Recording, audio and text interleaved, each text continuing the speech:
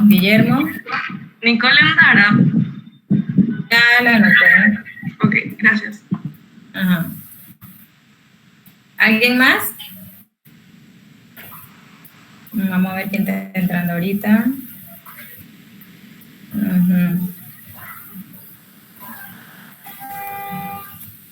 Ok. Workshop que acaba de entrar. Bueno, ya le estaba aquí. Bien. Como habíamos quedado, les voy a colocar hoy los videos para que puedan hacer el ensayo. El ensayo va a ser en la hora después que les pongo los videos, ¿sí? Espero que hayan revisado los materiales que les subí a la plataforma, que hayan visto algo de lo que subí. Y también pues reforzado parte de los apuntes que debieron de haber tomado, más lo que van a ver ahorita, ¿sí?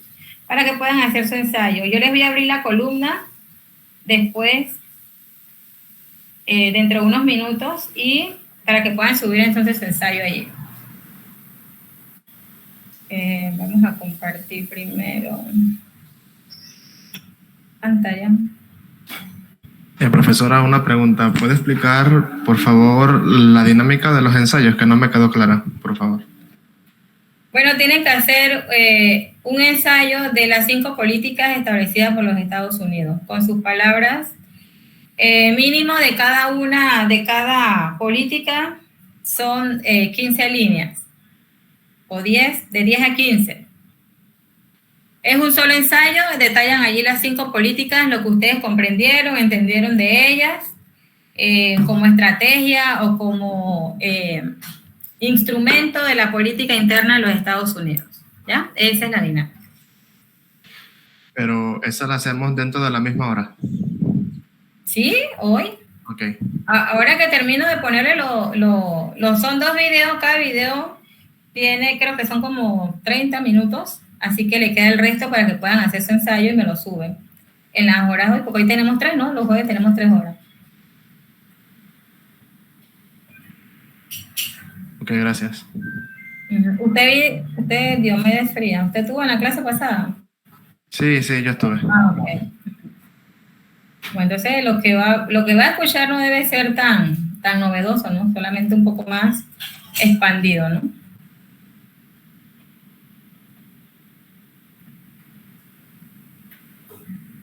Ay, ¿y esto?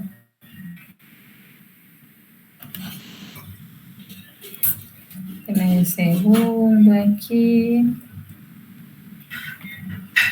Voy a cerrar la cámara mientras que le paso los videos, ¿sí? A ver, aquí. Ok.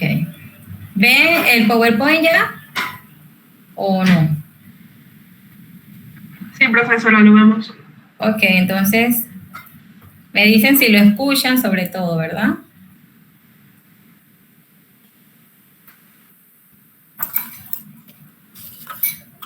Esta serie nos ofrece una visión general ¿Lo escuchan? de la primera experiencia de Estados Unidos en territorio extranjero.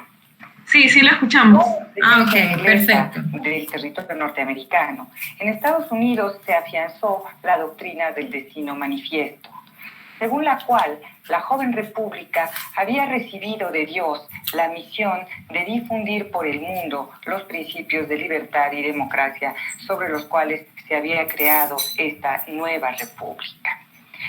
Pero además, esta doctrina del destino manifiesto, además de ideales, también promovía intereses, alimentaba las ambiciones territoriales de aquellos que pensaban que la supremacía norteamericana habría de construirse a partir de una nueva potencia que iría del Atlántico al Pacífico. México era un obstáculo en este proyecto. México no tenía la capacidad para defender ese territorio del expansionismo norteamericano. En 1823, el gobierno mexicano tomó una decisión que tendría graves consecuencias. abrió la frontera de Texas a la colonización de los norteamericanos que deseaban tener nuevas tierras. Un momento, chicos.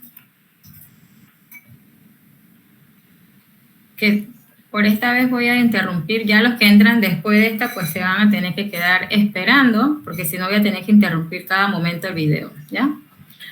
Así que si le escriben a ustedes que están esperando, van a tener que esperar porque ya han pasado bastantes minutos para que entraran a tiempo.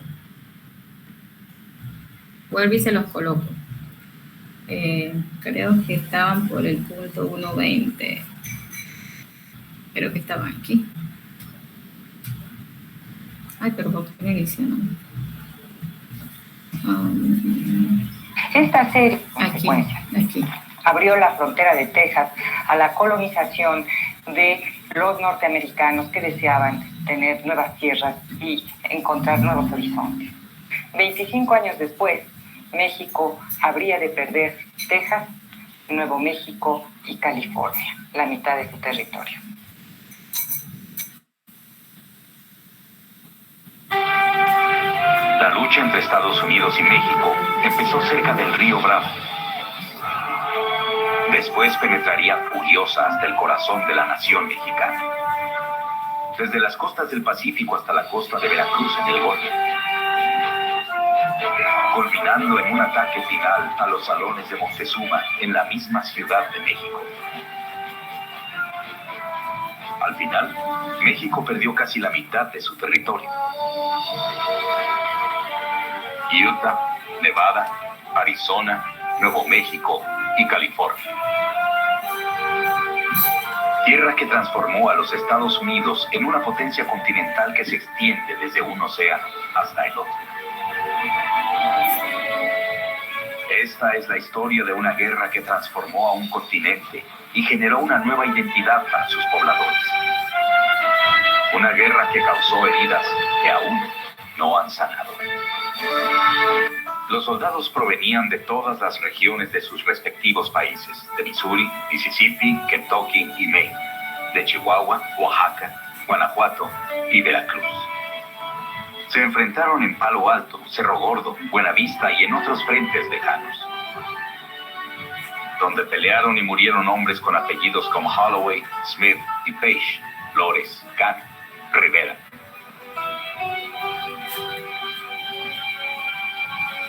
Hubo otros que no eran soldados, gente común obligada a sacrificar todo por la guerra. Para muchas familias mexicanas e indias hubo consecuencias amargas. Muchos serían tratados como extranjeros en la tierra que los vio nacer.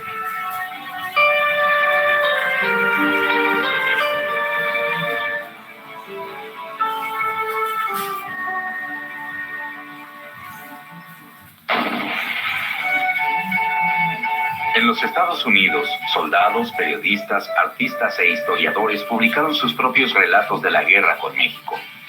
Algunos vieron en la victoria una prueba de que su país era una república modelo que gozaba del favor de Dios. Miles de soldados como Stonewall Jackson, Robert E. Lee y Ulysses S. Grant cosecharon experiencias que mucho les servirían para enfrentarse unos a otros en la próxima guerra civil. Pero en esos momentos parecía que la guerra concibió una identidad nacional que había revelado lo que un escritor llamó el germen nativo del carácter de Estados Unidos. Era el principio de una nueva era.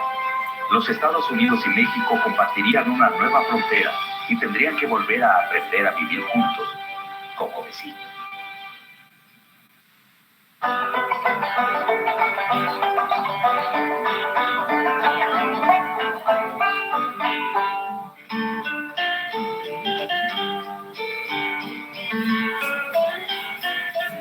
La guerra entre México y Estados Unidos fue un choque de vecinos que no se conocían, dos repúblicas nacidas en mundos aparte. Una era una nación impetuosa y expansiva de 20 millones de habitantes, transformada por nuevas tecnologías. Con frecuencia Estados Unidos era considerada una nación que va hacia adelante, entre comillas, o un pueblo que va hacia adelante con la locomotora casi como símbolo. Todo eso es parte de ese espíritu ilimitado. Todo es parte de la idea de que no hay límites a lo que la gente puede alcanzar. Mientras los 7,5 millones de habitantes de México vivían una experiencia muy distinta, enraizada en las antiguas tradiciones española y precolombina. La Ciudad de México, capital de la Nueva España durante 300 años y previamente del Imperio Azteca, siempre había sido el corazón político y cultural de la nación. Aquí habían florecido una universidad, imprentas, hospitales y teatros, mucho antes de que los peregrinos llegaran a las costas de la bahía de Massachusetts. Los Estados Unidos nacieron modernos, de un desarrollo capitalista. Y cuando México surge por la conquista española y la mezcla indígena, hereda instituciones de Europa así medievales y un tradicionalismo indígena enorme. Para los Estados Unidos ser modernos es un acto de evolución natural. Significa romper estructuras, destruir esquemas.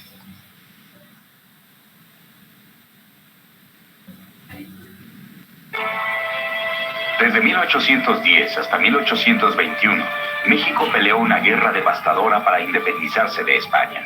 En los primeros años de la nueva república, reinó el caos. Las constantes luchas de poder entre generales desgastaban al gobierno. En los 27 años transcurridos entre la independencia y la guerra contra Estados Unidos, México vivía 22 cambios de gobierno. En el fondo, el país estaba viviendo una brutal crisis y esto lo hacía sumamente vulnerable.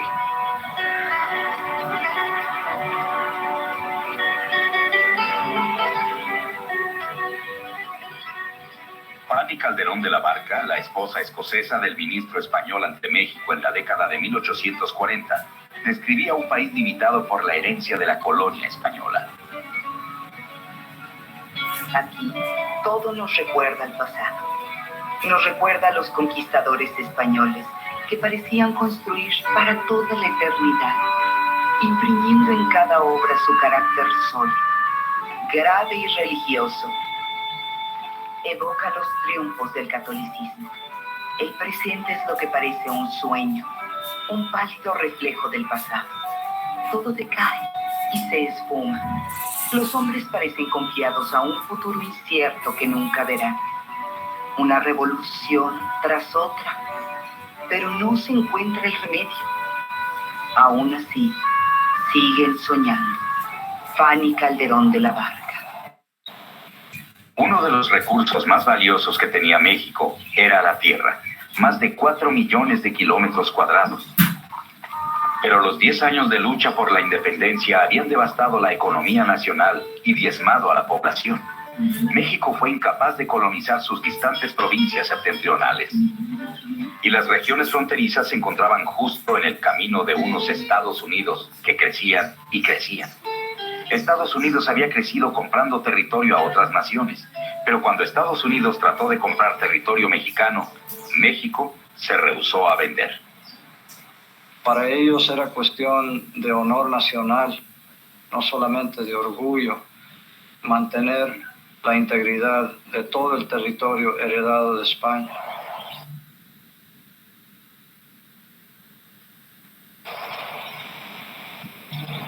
A México, sin embargo, le preocupaba que lo que Estados Unidos no pudiera comprar, lo arrebataría. La soberbia de estos republicanos no les permite vernos como iguales, sino como inferiores. A mi juicio, su envanecimiento se extiende a creer que su capital no será de todas las Américas.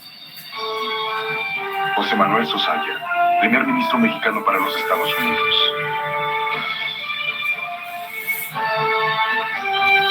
Eran dos repúblicas unidas por la geografía, pero separadas por la historia y las culturas. Poca gente dudaba de la inminencia de una confrontación. En 1836, México sufrió una herida por la que culparía a los Estados Unidos. La conmoción se inició aquí, en una provincia septentrional mexicana, Texas. En 1821 solo vivían 2.500 mexicanos en Texas, alrededor de unas cuantas misiones aisladas y en unos cuantos asentamientos. Los tejanos vivían en territorio indio, muy lejos de la protección de la Ciudad de México. En 1823 el gobierno mexicano tomó una decisión que lamentaría. Abrió Texas a la inmigración extranjera. Se ofrecieron tierras baratas e impuestos diferidos. Los inmigrantes adquirirían la nacionalidad mexicana. El plan funcionó demasiado bien. Los norteamericanos cruzaron en tropel la frontera llevando consigo su idioma y su cultura. Cuando México intentó cerrar la frontera, los inmigrantes siguieron entrando de forma ilegal. Muy pronto los residentes mexicanos en Texas se vieron en una desventaja numérica de 10 a 1. Y como no teníamos un ejército como para vigilar la frontera, sabemos hoy en día qué difícil es cuidar las fronteras, ¿verdad? A pesar de que se pongan mardas o lo que sea, la gente puede traspasarlas, pues en aquella época era muy sencillo. Durante años, los colonos se ocuparon de sus propios asuntos. Pero en 1835, el Congreso mexicano abolió la mayor parte de los derechos de los estados y centralizó el poder en la Ciudad de México. La acción desató una serie de revueltas en varios estados a lo largo y ancho del país: Zacatecas, California, Yucatán y Texas. El 12 de diciembre de 1835, Sam Houston, comandante en jefe del Ejército Rebelde de Texas, emitió una proclamación. Ciudadanos de Texas, han vivido los horrores de la anarquía y la dictadura de un régimen militar. Sus derechos deben defenderse. Los opresores han de ser arrojados de nuestro suelo. La rebelión en Texas enfureció al presidente de México, Antonio López de Santa Anna.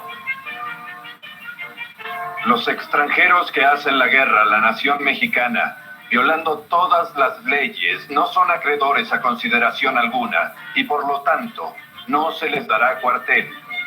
Ellos con audacia han declarado guerra a muerte a los mexicanos y debe correspondérseles de la misma forma.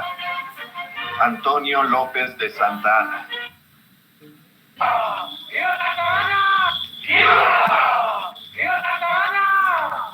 Santa Anna y su ejército llegaron a Texas en febrero de 1836.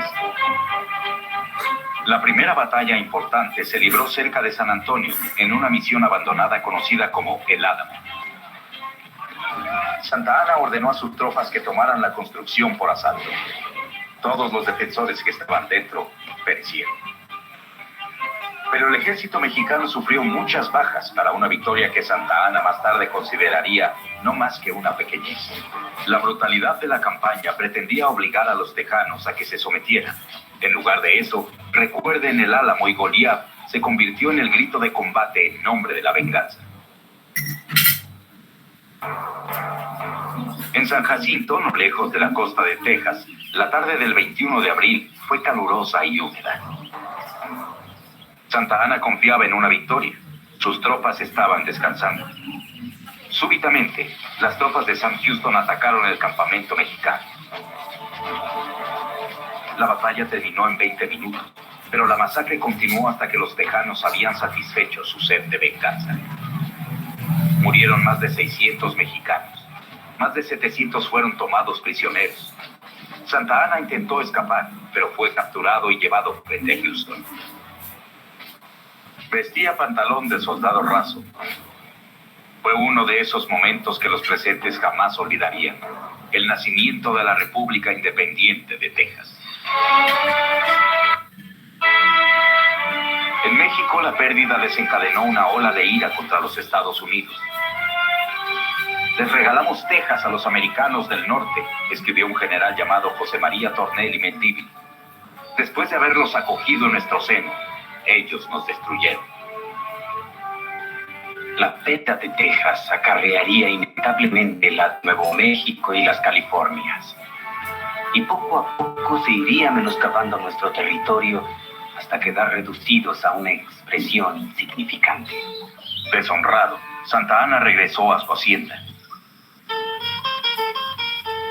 2 años más tarde sufrió otra pérdida. Una herida de guerra que llevó a la amputación de su pierna izquierda, y Santa Anna viviría el resto de su vida con dolor. Pero él utilizó su desgracia para apelar a los corazones del pueblo mexicano. Una vez más, se convirtió en presidente de México, solo para ser depuesto una vez más.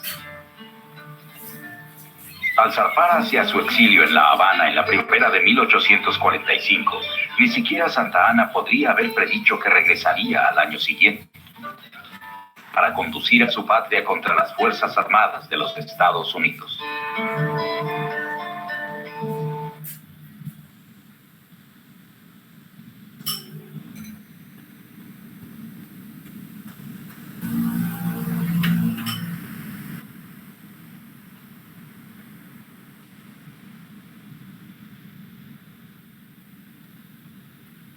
¿Qué le pasó a esto?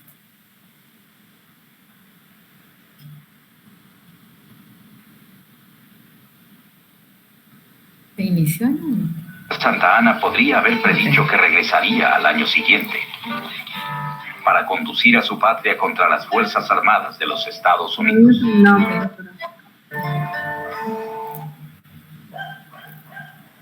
Ok.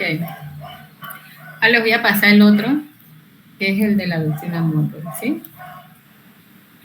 Voy a ver quiénes están por ahí esperando. Hay alguien que está esperando por ahí, ¿no? Se salió. ¿Sí? No quiso esperar. ¿Tienen alguna pregunta hasta aquí? Sí, profa. Muchas gracias. Usted había mencionado, creo, en la clase de palabras, en la clase pasada, no sé si me acordé, que también era que para ese entonces México estaba conformado como por poblados así dedicados a la agricultura, que no tenía entonces como poder para defender el territorio. ¿Esto sería correcto? O sí, principalmente por lo que comentaba el video de la crisis que estaban pasando en ese momento, o por ambas cosas. Es que eran ambas cosas. Las provincias mexicanas no estaban pobladas, no tenían, algunas estaban desoladas, y lo que buscaba el gobierno mexicano era atraer personas que quisieran, ¿verdad?, desarrollar su vida en otras tierras, pero obteniendo, ¿verdad?, tierras para que las trabajaran, porque eso es lo que ofrecía el gobierno mexicano. Todas aquellas personas que desearan, ¿verdad?, instalarse en ese territorio, ellos le otorgaban el terreno para que ellos trabajaran la tierra y así produjeran juntos. Y bueno, se fuera poblando lo que fuera las demás provincias, y obviamente eso iba a dar como producto final pues el incremento, no solamente de la producción, sino también de la economía mexicana, y también obviamente de la población. Pero también estaban pasando por dificultades, por otro tipo de hechos socioeconómicos también. Lo que era la población indígena, pues también en su momento tenían confrontaciones con el gobierno precisamente por la otorgación de territorios, ¿verdad? Porque no es ningún secreto de que los territorios de América, pues antes de ser parte del Estado, pues primero eran parte de los grupos indígenas que ya existían en esas tierras. Y esas tierras también fueron utilizadas por el gobierno para cederlas, ¿no?, a estas personas que venían pues a instalarse en los diferentes territorios a producir. O eso era lo que tenía como un plan de desarrollo establecido los mexicanos, ¿verdad?, el gobierno mexicano. Entonces había una serie de conflictos también, tanto de índole políticos como sociales, y obviamente eso repercutía directamente en la economía de los mexicanos. Entonces era parte y parte de todos esos conflictos que al final pues se hicieron uno solo, y con la entrada tan abrupta de los Estados Unidos, ¿verdad?, con la adquisición de Texas, pues obviamente México se vio en desventaja, aunque eso no le imposibilitó, ¿verdad?, de entrar en una guerra abierta con los Estados Unidos.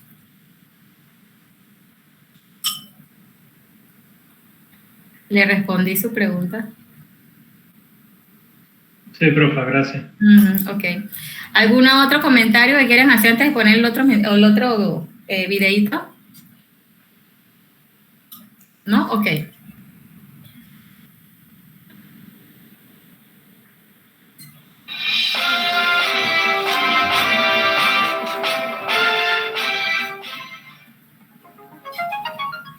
América para los americanos, el destino manifiesto y la doctrina Monroe son las bases ideológicas de todas y cada una de las acciones que desde 1823 implementó Estados Unidos de Norteamérica para toda América Latina. Sé bienvenido a tu canal Megófono. Iniciamos.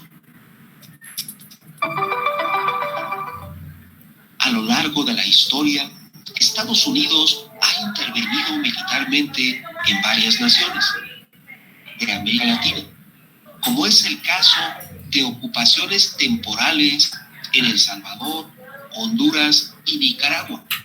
Por otra parte, los intereses estadounidenses se desplegaron en relación con los derechos de gestión sobre el Canal de Panamá, o en el caso del derrocamiento del gobierno democrático de Guatemala en 1954. Eso sin contar con los innumerables apoyos a los diferentes dictadores que se sucedieron durante el siglo XX también en América Latina. Estas y otras acciones siguen una cuidadosa estrategia diseñada por el gobierno de Washington, que solo se comprende, estas y cada una de sus acciones se comprenden perfectamente como un anillo al dedo si conocemos y analizamos primero la doctrina del destino manifiesto y posteriormente les hablaré de la doctrina Monroe.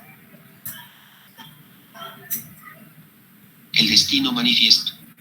Analicemos esta teoría.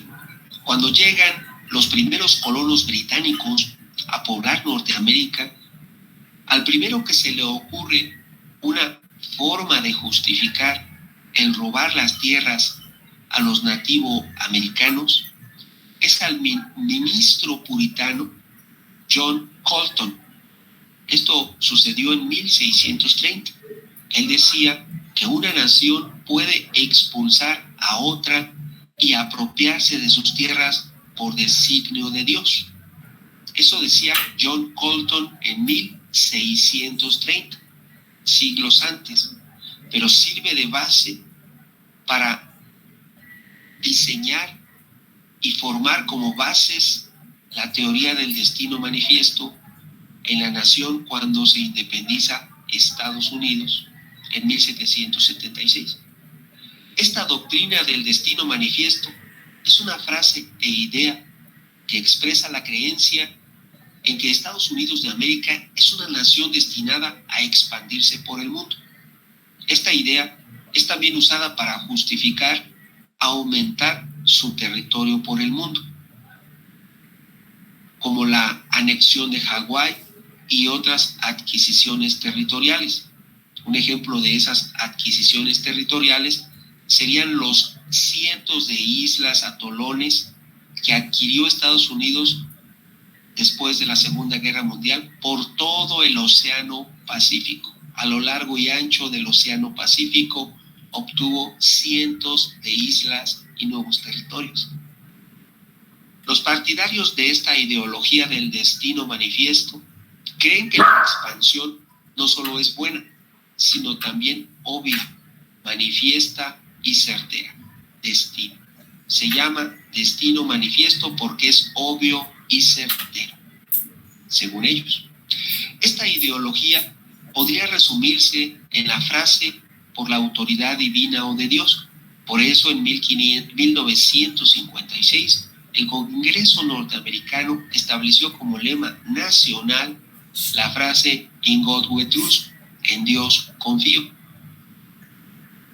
La popularización de esta teoría del destino manifiesto se dio cuando el periodista John L. O'Sullivan publicó en la revista Democratic Review de New York el número de julio-agosto de 1845. En él se decía: el cumplimiento de nuestro destino manifiesto es extendernos por todo el continente, que nos ha sido asignado por la providencia para el desarrollo del gran experimento de libertad y autogobierno. Es un derecho como el que tiene un árbol de obtener el aire y la tierra necesarios para el desarrollo pleno de sus capacidades y el crecimiento que tiene como destino. Si analizamos esto y el ejemplo del árbol, entenderemos mejor la forma de pensar del norteamericano.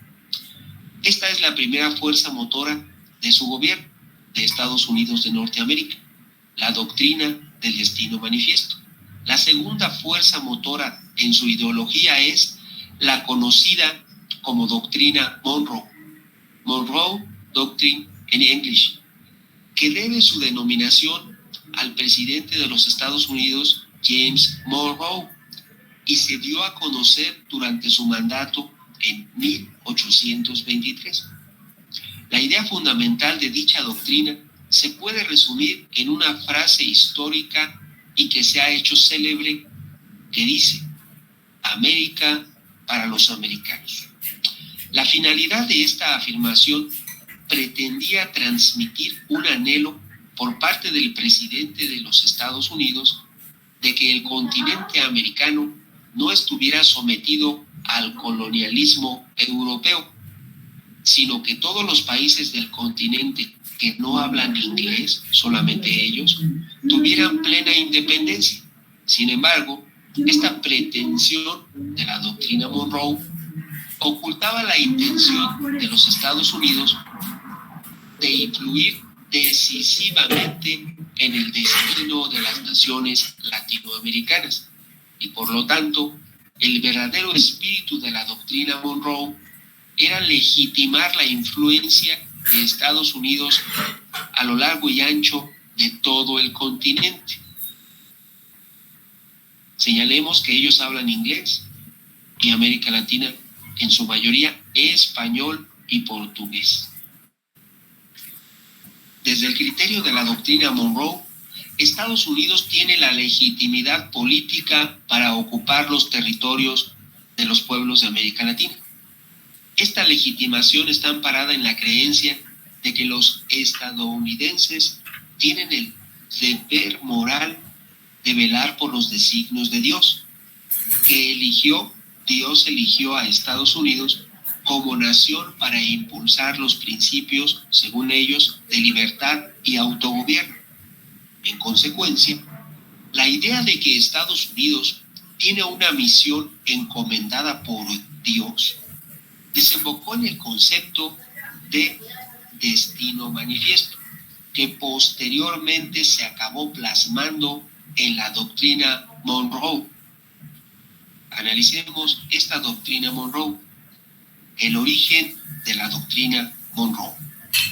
En 1823, la mayoría de naciones latinoamericanas habían conquistado su independencia de España, pero existía el temor de que otras naciones europeas intentaran someterlas nuevamente. De esta manera, la propuesta del presidente Monroe suponía inicialmente un freno al colonialismo europeo. Estados Unidos comenzaba a presentarse como una gran potencia mundial, que no lo era. Hay que aclarar, en 1823 Estados Unidos no era una potencia, pero ya pretendía serlo. Y la doctrina Monroe sirvió como una coartada para poner en marcha una política de expansionismo. Así, en 1823, el gobierno mexicano, el inepto gobierno mexicano de 1823, abrió la frontera de Texas para permitir la entrada de colonos estadounidenses, y como consecuencia de ello, 25 años después, México perdió Texas. 25 años después, También perdió México, Nuevo México, Utah, parte de Nevada, Colorado, California, más de la mitad de su territorio, todo esto en beneficio de Estados Unidos, que de esta forma concretaba las auténticas intenciones de la doctrina Monroe. El expansionismo de Estados Unidos. Con la ocupación de una gran parte del territorio mexicano, Estados Unidos no hizo más que iniciar una etapa de expansionismo por toda América Latina. Algunos de los episodios inspirados en la doctrina Monroe y en la idea del destino manifiesto son los siguientes. Ejemplos de aplicación de la doctrina Monroe. En 1867, Estados Unidos compró únicamente los derechos del uso de los puertos de los territorios de Alaska, y bajo este pretexto, igual como hizo con México, que ingresaron como colonos y 25 años después se apoderaron de Texas, en 1867 Estados Unidos compró los derechos únicamente de uso de los puertos de Alaska, y bajo ese pretexto después dijo que había comprado Alaska a Rusia y le arrebató el territorio que en ese momento ya era ruso, porque anteriormente era de la Nueva España. Así las cosas, en 1898, Puerto Rico pasó a formar parte de los Estados Unidos tras la guerra entre España y Estados Unidos. Recordemos que el primer emperador mexicano, Agustín de Iturbide I, en 1821, reclamó para el Imperio Mexicano todos y cada uno de los territorios que habían sido de la Nueva España, entre ellos Puerto Rico, Cuba y todas las islas del Caribe. Aún así, Estados Unidos desconoció el reclamo mexicano y se apropió en 1898 de Puerto Rico y lo incorporó a su territorio. De esta manera, en 1898 también Estados Unidos, con la misma estrategia, engañó al rey de Hawái y se anexionó Hawái.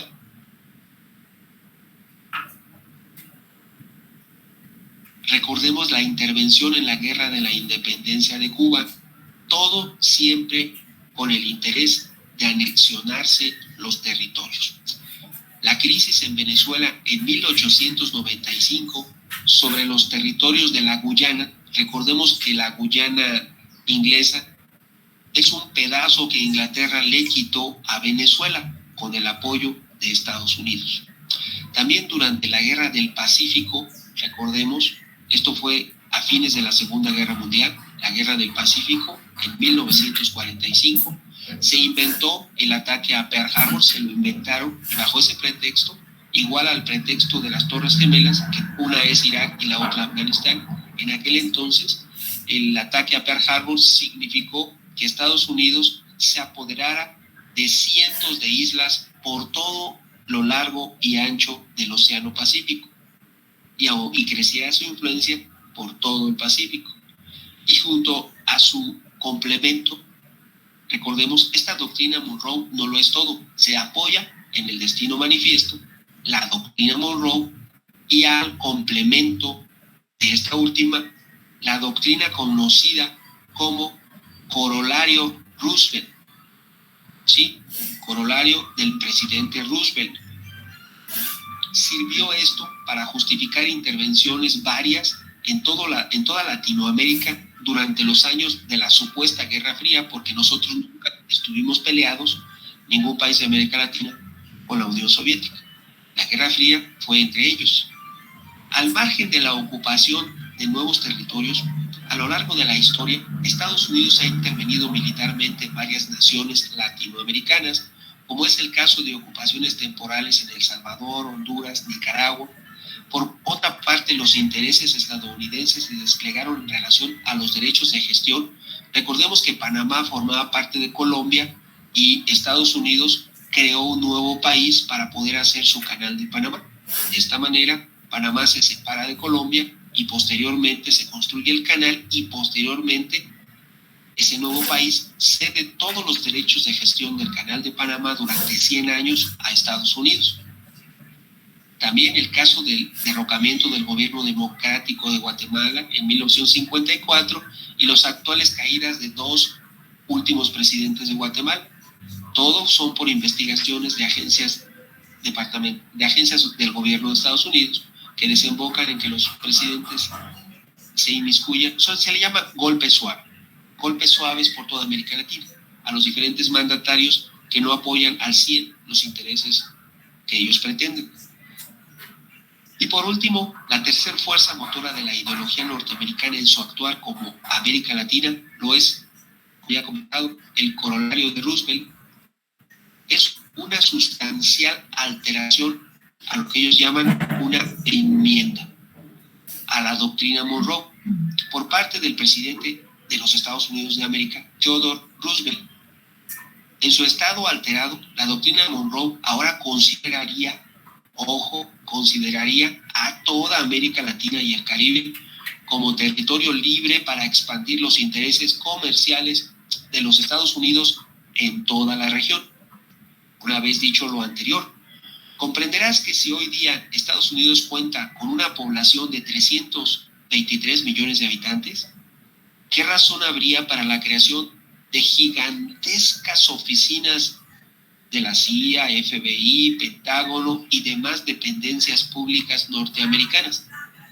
El tamaño de su población, 323 millones, no corresponde al enorme, colosal, gigantesco, habitante tamaño de todas y cada una de sus agencias públicas de gobierno. Estas, sus agencias públicas, están diseñadas para actuar sobre el mundo, no sobre 323 millones de ciudadanos norteamericanos. Por su tamaño, están diseñadas para eso. También, igualmente, su ejército. Ciertamente, aclaro, Estados Unidos es una nación muy exitosa. Son tan eficaces y buenas las acciones que realizan a favor de su país, que ellos sí son unos verdaderos patriotas.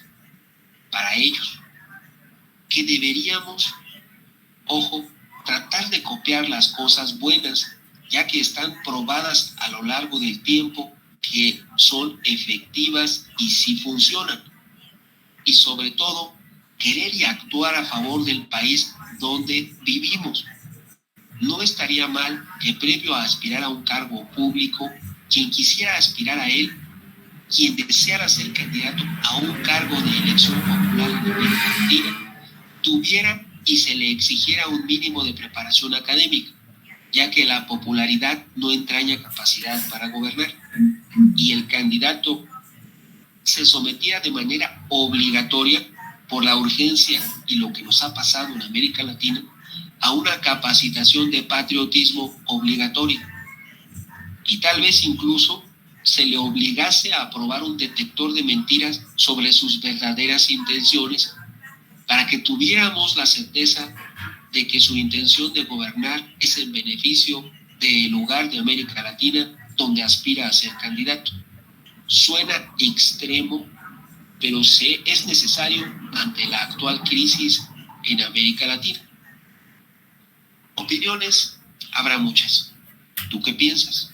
No olvides suscribirte a mi canal, agrega a favoritos y comparte. Tu amigo Megóforo. Hasta pronto. Bien, chicos, este es el último video que les iba a pasar. Ahora les voy a dejar de compartir primero. Les voy a abrir en la plataforma la columna para que ustedes puedan hacer su ensayo. Lo puedan subir, pues. Allí lo hacen en Word y entonces lo suben a la plataforma.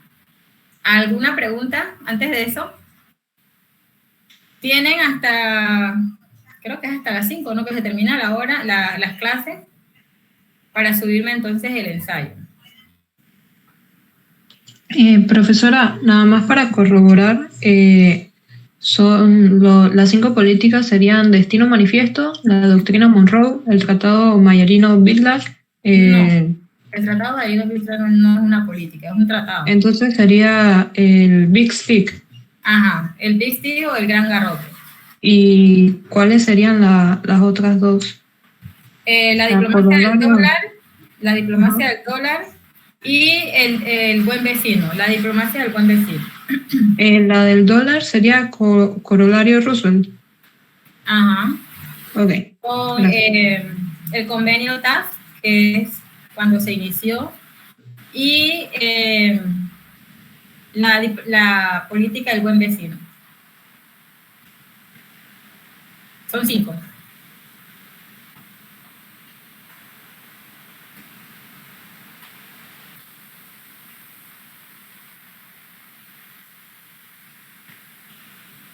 Profesor, una pregunta. En el ensayo solo ponemos nuestro nombre y cédula. Sí, pones tus datos, la misma hoja puede ser, y abajo entonces inician su relato. ¿Quiere algún tipo de letra específico o tamaño?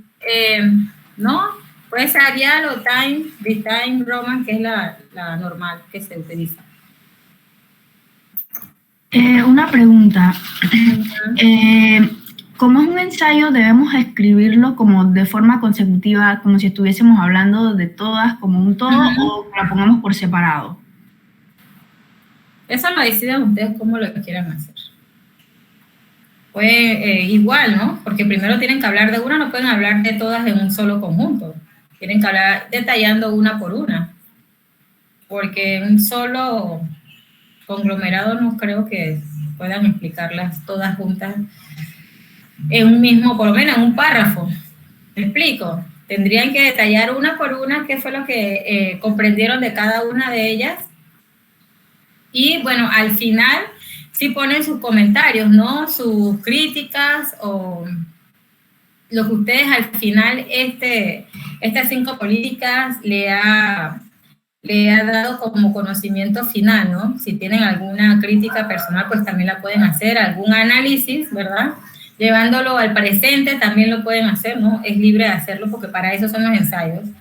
Así que en general, pues no hay límite de líneas o de páginas, solamente en el sentido de que de cada una, pues tienen que expresar mínimo pues 10 líneas para que se pueda yo comprender qué es lo que ustedes captaron de cada una de estas políticas y pues abiertamente lo que ustedes expresan de cada una de ellas, de su análisis personal.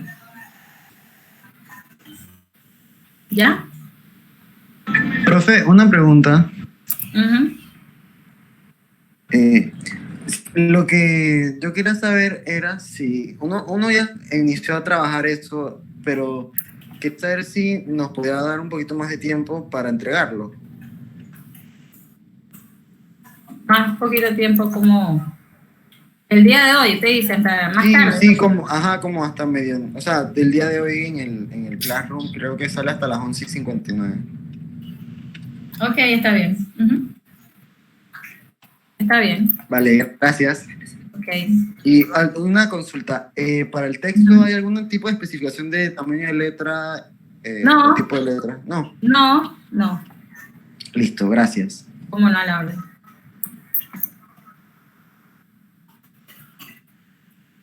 ¿Alguna otra consulta?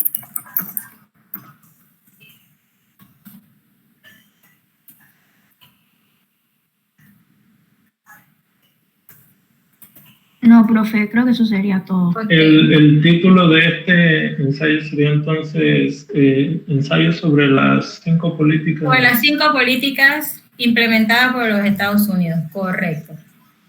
Ok, aquí le estoy poniendo ya, tienen hasta la media, bueno, 11:59, ¿verdad? Para subirlo. Y vamos a ponerle aquí ensayo 1.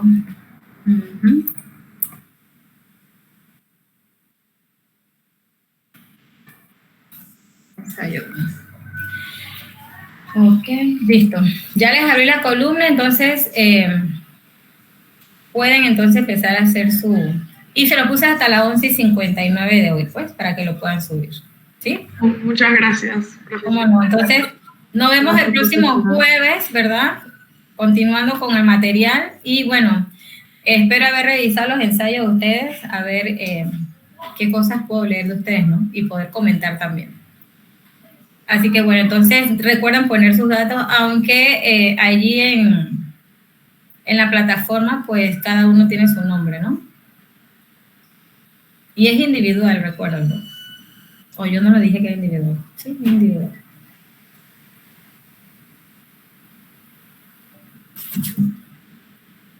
Gracias. A ustedes. Hasta luego.